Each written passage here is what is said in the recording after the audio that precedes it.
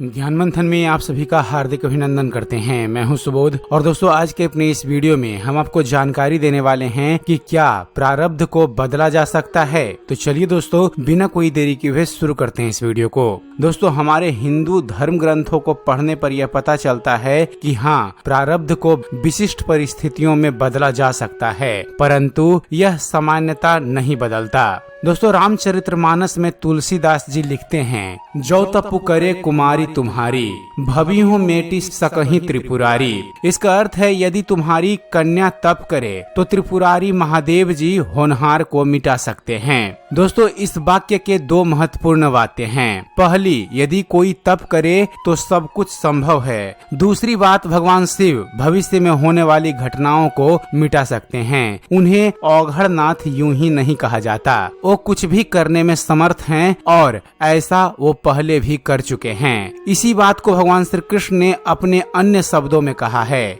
भगवान श्री कृष्ण भगवत गीता में कहते हैं, सर्वधर्मान परित्यज्य मामेकं शरणं व्रज अहम त्वा सर्व पापे भयो मोक्षयिष्यामि मा शुचः। अर्थात सब धर्मों का परित्याग करके तुम एक मेरी ही शरण में आ जाओ और मैं तुम्हें समस्त पापों से मुक्त कर दूंगा। तुम शोक मत करो। भगवान श्री कृष्ण ने ये नहीं कहा कि तुम्हें पाप का फल भोगना ही होगा, इसका कोई अन्य उपाय नहीं है। उन्होंने कहा कि सब कुछ छोड़कर मेरी शरण में आ जाओ, मैं सब संभाल लूंगा, मैं तुम्हें उनसे मुक्त कर दूंगा। सिर्फ और सिर्फ परमेश्वर ही ऐसा कह सकते हैं। यही कारण है फ्रेंड्स कि मैं इन दोनों को ही परमेश्वर मानता हूँ। अन्य मतों के अनुसार इनमें से कोई एक परमेश्वर हैं, परंतु मैं तर्क के आधार पर भी साबित कर सकता हूँ कि दोनों ही शक्तिमान हैं। प्रभु श्री राम की ये विशिष्टता है कि वो अपने भक्त को ही भगवान बना देते हैं। यदि भगवान शिव उनके भक्त हैं तो निसंदेह वो भगवान हैं। यदि श्री राम उनके भक्त हैं तब भी यही नियम लागू होता है। भगवान वो हैं जो अपने भक्तों में किसी भी प्रकार की कोई कमी न रहने दें। मैं इन दोनों की शक्ति और सामर्थ्य को शास्त्रों के सिद्धांत के आधार पर साबित करने का प्रयत्न कर रहा हूँ। अब जो सर्वशक्तिमान हैं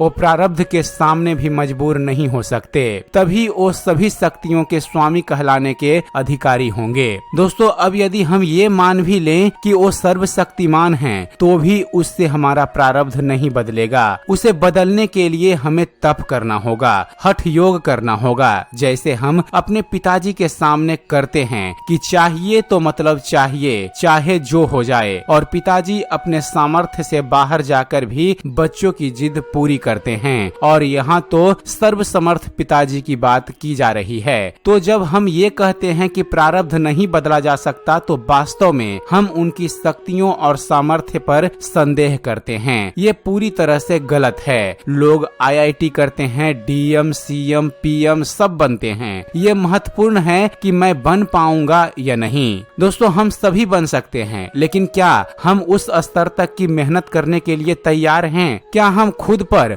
और भगवान पर पूर्ण विश्वास करते हैं? क्या हम अपने प्रारब्ध को बदलने के लिए सब कुछ करने के लिए तैयार हैं? क्या हम जप, तप, त्याग, प्रार्थना और हठ योग करने के लिए पूरी तरह से तैयार हैं? यदि हाँ, तो प्रारब्ध को बदला जा सकता है। महर्षि मार्कंडेय जी ने ये करके दिखलाया है। यदि वो कर सकते हैं तो हम भी कर सकते हैं, क्योंकि हम जानवर नहीं हैं, बल्कि उन्हीं श्रेष्ठ ऋषियों की संतान हैं। हम उसी परमेश्वर की संतान हैं जो सर्वसमर्थ हैं। और एक सामान्य तर्क की बात कम से कम जिसने लिखा है वो तो उसे मिटा ही सकता है। तो विश्वास करिए और आगे बढ़िए। सामान्य नियम सामान्य लोगों के लिए है। हम क्यों ना सप्त चिरंजीवी और अष्ट चिरंजीवी के रास्ते पर चल सकते हैं। ये अत्यंत कठिन है, परंतु असंभव नहीं है। और वैसे भी पुरुषार्थ हमें यही संदेश देता है फ्रेंड्स कि किसी से भी हार नहीं मानना चाहिए। चाहे सामने प्रारब्ध हो या फिर काल, हमें पूरी मेहनत से अपने दुर्भाग्य को बदलने की पूरी कोशिश करनी चाहिए। फ्रेंड्स जीत हार से अत्यधिक महत्वपूर्ण है हमारी ईमानदार कोशिश जो हमारे हाथों में है। यहीं पर भगवान श्री कृष्ण जी ने कहा है कि कर्मण्येवाधिकारस्ते मा फलेषु कदाचन मा कर्म फल हेतु भ्रुवः ते संगोत्स्व कर्मणि। अर्थात तेरा कर्म करने में अधिकार है, इनके फलों में नहीं। तू कर्म के फल के प्रति आसक्त ना हो या कर्म ना करने के प्रति प्रेरित ना हो। दोस्तों, प्रारब्ध के साथ युद्ध ऐसा होना चाहिए कि हर पुरुषार्थी जय जयकार करे। तो एक बार प्रेम से बोलिए जय शिव शंकर, जय श्री कृष्ण।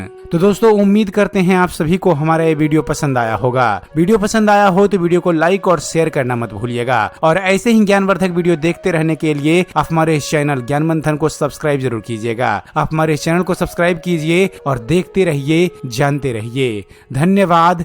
जय हिंद।